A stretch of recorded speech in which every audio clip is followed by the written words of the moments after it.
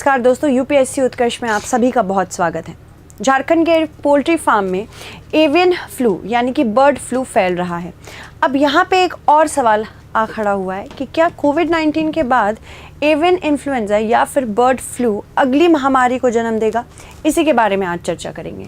तो हाल ही में रांची के पोल्ट्री फार्म में एवियन फ्लू के मामले सामने आए हैं और इसके बाद मोरहाबादी पोल्ट्री फार्म में 770 बतखों के साथ 920 पक्षियों को मार दिया गया है।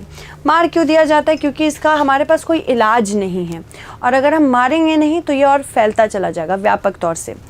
क्या ये एक मनुष्य में आ सकता है? बिल्कुल, पर आज तक एक ऐसा कोई भी केस नहीं आया है जिसमें मनुष्य के द्वारा दूसरे मनुष्य में जाए। यानी कि अगर इससे कोई संक्रमित मृत जानवर या मृत पक्षी किसी इंसान के किसी मनुष्य के संपर्क में आ जाए तो उसको तो हो सकता है, पर मनुष्य से मनुष्य का संक्रमण अभी तक हमें पता नहीं चला है। पहली बार तो इसे 1997 में हांगकांग में देखा गया था, मतलब जब केस आया था कि एक मनुष्य संक्रमित हो गया था इससे। चलिए जानते हैं, झारखंड सरकार ने रांची के एक पोल्ट्री फार्म में बर्ड फ्लू के मामले सामने आने के बाद अलर्ट भी जारी किया है, क्योंकि इससे पूरी पोल्ट्री इंडस्ट्री धराशायी हो सकती है, इसलिए मार दिया जाता है। विभागीय अधिकारी के अनुसार भोपाल में ICAR national institute of high security animal disease को भेजे गए नमूने H5N1 नमूना, मतलब यही वायरस का नाम है H5N1, इसकी पुष्टि हुई है। H5N1 एक प्रकार का एवियन इन्फ्लुएंजा ए वायरस है, तो ये याद रखिएगा, ये कोडिंग हुई है H5N1 की। एवियन फ्लू उसको हम लोग कॉमन लैंग्वेज में सामान्य भाषा में बर्ड फ्लू कहते हैं। या एवियन इन्फ्लुएंजा ये एक ऐसी बीमारी है जो दुनिया भर में जंगली पक्षियों में प्राकृतिक रूप से पाई जाती है। मतलब पहले भी बहुत केसेस आए हैं और आपने सुना ही होगा, हर 2-3 साल में एवियन इन्फ्लुएंजा के बारे में खबर आती ही रहती है, ठीक है। और ये एवियन इन्फ्लुएंजा का टाइप ए वायरस है, उसी के कारण होती है। आमतौर पर मुर्गियों और टर्की जैसे जो पोल्ट्री फार्म में रखते हैं, पोल्ट्री फार्म वो होता है जहाँ पे रियरिंग ऑफ पोल्ट्री होती है, जैसे हमें एग्स मिल के आउटपुट में, चिकन मिल के आउटपुट में, तो वहाँ पे ये ज़्यादा फैलते हुए दिखता है। तो वायरस के कई प्रकार हैं, उनमें से कुछ कम प्रभावशाली होते हैं और मुर्गियों को केवल कम अंडा उत्पादन या अन्य हल्के लक्षण पैदा करते हैं। कुछ बहुत गंभीर होते हैं, तो उत्पादन अगर कम हो जाता है अंडों का तो इसमें समझ में आ जाता है कि ठीक है, ये वायरस थोड़ा कमज़ोर है, मार नहीं रहा है, इन्फेक्शन उतना ज़्यादा फैल नहीं रहा है। 1997 में पहली बार मनुष्यों में, याद रखिएगा, मनुष्यों में बर्ड फ्लू फैलने की बात सामने आई थी, और जब हांगकांग के एक जीवित पक्षी बाजार में इसका प्रकोप हुआ था। यह वायरस का H5N1 प्रकार था, वही है जो अभी मिल रहा है, और टाइप ए वायरस है जो। और इसके बाद वायरस के कई अन्य प्रकार जैसे H5N2, H9N2 भी मनुष्यों में फैल गए। मतलब बिल्कुल ये एक जूनोटिक डिजीज़ है। जूनोटिक डिजीज़ कौन सी डिजीज़ होती है?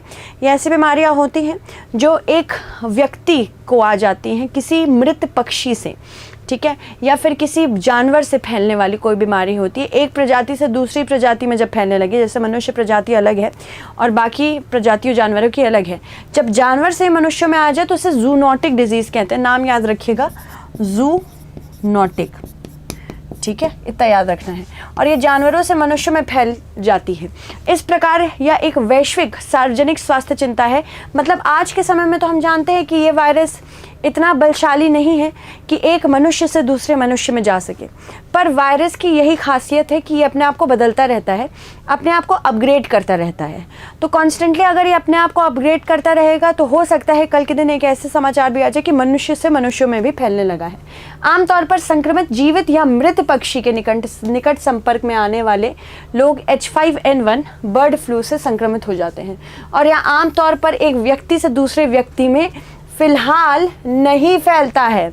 इस बात का भी कोई सबूत नहीं है कि यह बीमारी ठीक से तैयार किए गए या कम पकाए गए मीट से फैलती है कि नहीं, मतलब चिकन से फैलती है कि नहीं। अगर आपने कम चिकन पकाया है या ठीक से नहीं पकाया और उसका आप सेवन कर रहे हैं तो हमें नहीं पता कि शायद इससे होता है कि नहीं होता है, अभी ये साफ नहीं है।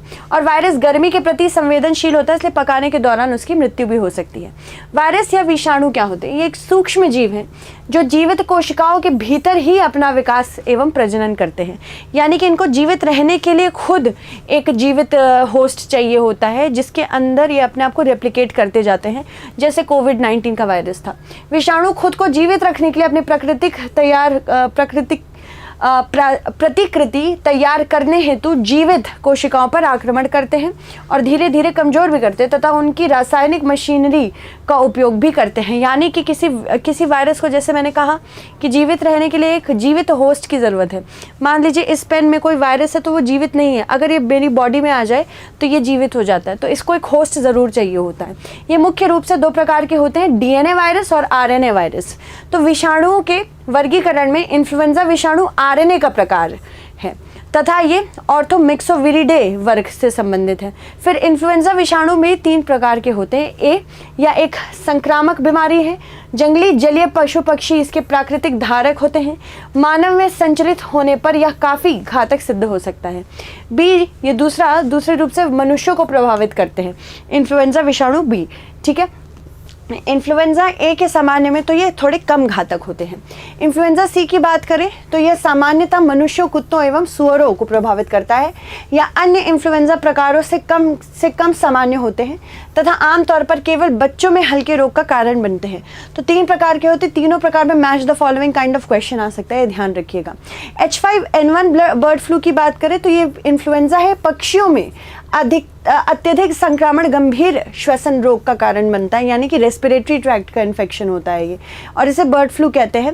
मूलतः यह इन्फ्लुएंजा ए वायरस एक उप प्रकार है। इन्फ्लुएंजा ए वायरस को उनकी सतह प्रोटीन के गुणों के आधार पर उप प्रकारों में बांटा जाता है, मतलब किस तरह का प्रोटीन इनकी सतह पे मौजूद है उसी प्रकार का इनका वर्गीकरण होता है, उसी वजह से उनका वर्गीकरण होता है। साथ ही साथ उसी प्रकार के हम इसमें वैक्सीन्स भी बनाते हैं, यानी कि जो हमें पता रहेगा इन्फ्लुएंजा ए किस प्रकार का प्रोटीन रखता है अपनी सतह में, प्रोटीन के द्वारा, प्रोटीन स्पाइक के द्वारा ही क्या करते हैं, ये सेल में, कोशिकाओं में घुसते हैं। और अगर प्रोटीन का स्पाइक हमें पता चल जाए, उसका डिज़ाइन पता चल जाए, तो उसी तरह की एंटीबॉडी वाली वैक्सीन हम बना सकते हैं। 18 अलग अलग हेमाग्लूटिनिन उप प्रकार और 11 अलग अलग न्यूरोमिनिडेज उप प्रकार हैं। उदाहरण के लिए H1N1 इन्फ्लुएंजा और H3N2 influenza. H5N1 avian influenza के मानव मामले कभी कभी होते हैं, लेकिन अगर संक्रमण को एक व्यक्ति से दूसरे व्यक्ति में फैलना यह मुश्किल होता है, तो ये याद रखिएगा। जब लोग संक्रमित हो जाते तो मृत्यु दर लगभग 60% होती है, यानी कि 100 में से 60 लोगों की मृत्यु हो जाएगी। साथ ही साथ एवियन फ्लू सामान्य लक्षण यहाँ पे क्या है, बुखार, थकान, खांसी, मांसपेशियों में दर्द, गला खराब हो जाना, उल्टी, दस्त, सांस की तकलीफ हो जाना, गुलाबी आग, कंजक्टिवाइटिस आदि हो जाना। ठीक है, और इस वायरस से कैसे संक्रमित हो सकते हैं, जब आप किसी संक्रमित मृत पशु पक्षी के मतलब संपर्क में आ जाते हैं, उसकी वजह से आपको हो सकता है। लार, श्वसन की बूंदें या मल के संपर्क में आते हैं अगर किसी मृत पक्षी की या फिर एक संक्रमित पक्षी की। ठीक है, आप इसे पशु या पक्षियों के आवास में छोटे धूल कणों से सांस के माध्यम से अंदर ले सकते हैं, या संक्रमित पशु या पक्षी के तरल पदार्थों को छूने के बाद आँख, नाक आदि के माध्यम से शरीर में प्रवेश कर सकता है।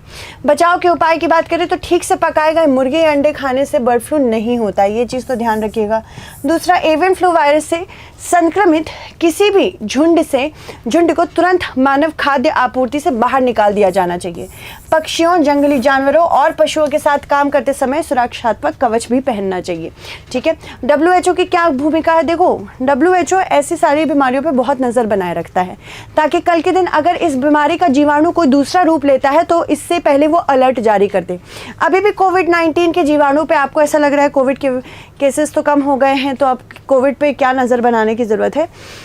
अगर विषाणुओं की बात करें, विषाणु बहुत ज़्यादा समझदार होते हैं, ये अपने आप को बार बार रेप्लिकेट करते हैं और म्यूटेट करते रहते हैं, क्योंकि हर कोई लाइफ या ऑर्गेनिज्म यहाँ पे जो दुनिया में आती है वो अपने आप को बढ़ता हुआ ही देखना चाहती है। ये हमारे सबके DNA में पहले से एम्बेडेड रहता है, इस वजह से WHO इस पर कॉन्स्टेंटली नज़र बनाए रखता है। WHO की वैश्विक प्रयोगशाला प्रणाली, वैश्विक इन्फ्लुएंजा निगरानी और प्रतिक्रिया प्रणाली इन्फ्लुएंजा वायरस के प्रसार के उपभेदों की पहचान और निगरानी करता है तथा विभिन्न देशों में मानव स्वास्थ्य एवं उपलब्ध उपचार पर नियंत्रण उपाय हेतु देशों को जोखिम आधारित सलाह भी प्रदान करता है।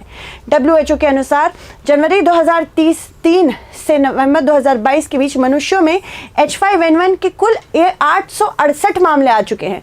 मतलब अब धीरे धीरे इनका अनुकूलन भी होना शुरू हो जाएगा। ये वायरस अपने आप को अनुकूल बना लेंगे कि किस प्रकार से हम मनुष्यों से मनुष्यों में फैलें।